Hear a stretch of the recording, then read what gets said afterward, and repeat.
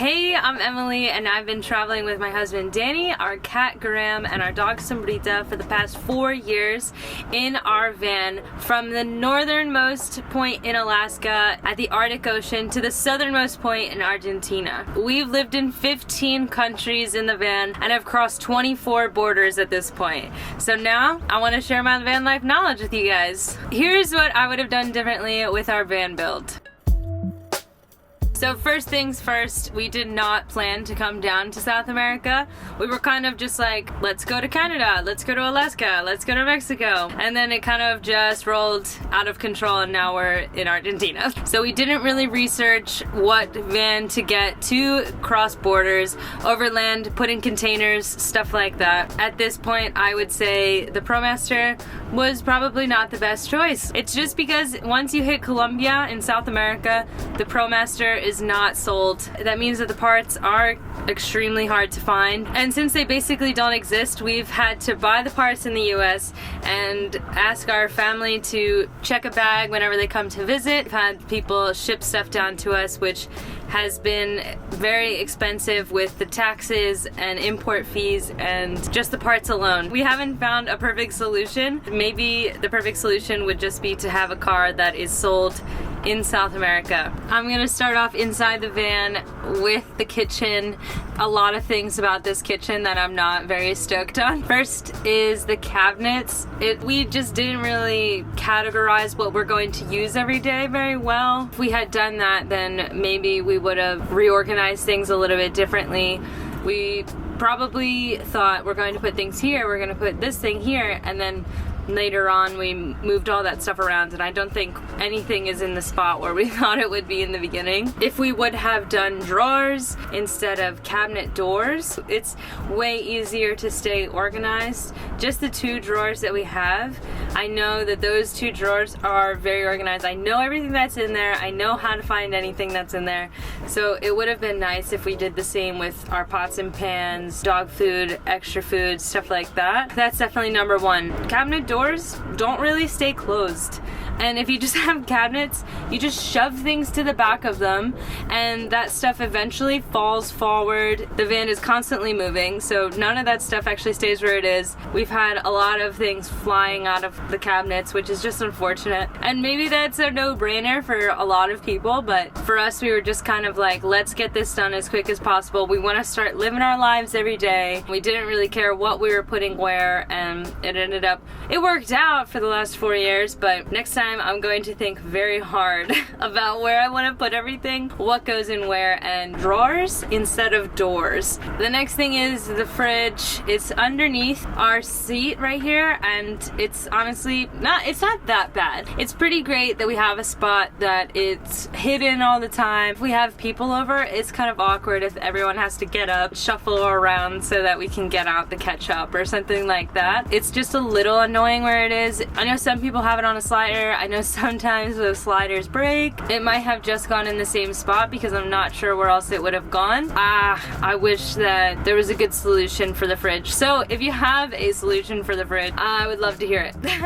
Okay, another thing with the kitchen is our upper cabinet doors, the top cabinet doors, they open out instead of up, and this is just a major hazard in the van. It's 100% avoidable. You can very easily get either a slide or a cabinet door that opens up instead of out. You would never bump your head on it. This is one of the things that oh my gosh, I don't know how many times I hit my head on these cabinet doors and it hurts. There's no way to lock the upper cabinet doors. We've kind of figured out how to organize things so that nothing falls out. It's a little sketchy, and sometimes we've tied the cabinet doors up with bungee cords to make sure that nothing comes out. We've lost a couple of plates and bowls because they've flown out of the cabinet. Containers full of quinoa or popcorn. If they were to open up to the top, they would be able to have a lock on them that would function correctly. It's not a very good system. We only have shelves in one of the 3 cabinets,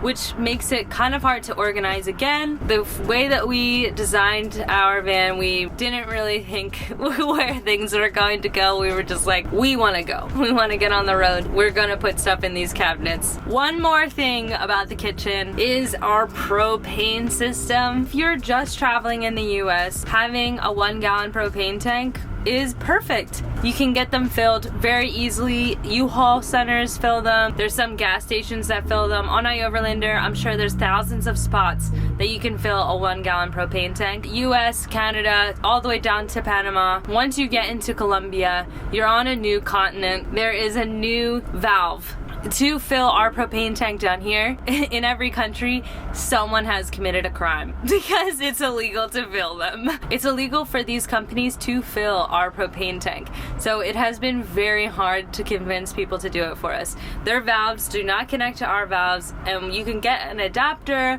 to try and make it work, but it's not 100%. If you wanted to use a US propane tank, just know you're going to be spending some time without that propane tank being full. We do have a backup stove. It runs off of the 1-pound little green Coleman propane tanks that come at your local sporting goods store or camping store. It has been hard to find even those propane tanks. We found them a couple times in hardware stores. I guess they use them for plumbing, like soldering and stuff like that. Usually they don't really use those ones. They use the isobutane propane mix. So at this point, we are out of our propane. We are out of our backup propane. Luckily, we love backpacking, or we wouldn't have a camp stove for backpacking, but it's only one pot. You can only use pots that are pretty small, or it doesn't work because it's just one flame central to this much room. Oh my gosh. We've been cooking off of that for 2 weeks and it hasn't been that bad. It's really kind of annoying. What I would have done differently is getting an electric stove top. I know that they are way more expensive. What comes with electric stovetops is also upgrading the solar and the batteries, because right now there's no way our sealed lead acid batteries would be able to run an electric stove. If we had lithium batteries, if we had more solar, that's a lot of money to shell out when you don't really know if you're going to like van life or not. And most of the time we do have propane. It's just been the last 2 weeks that we ran out of all of our propane. Okay, so the next thing I would have done differently is our rooftop fans. We have 2 rooftop fans.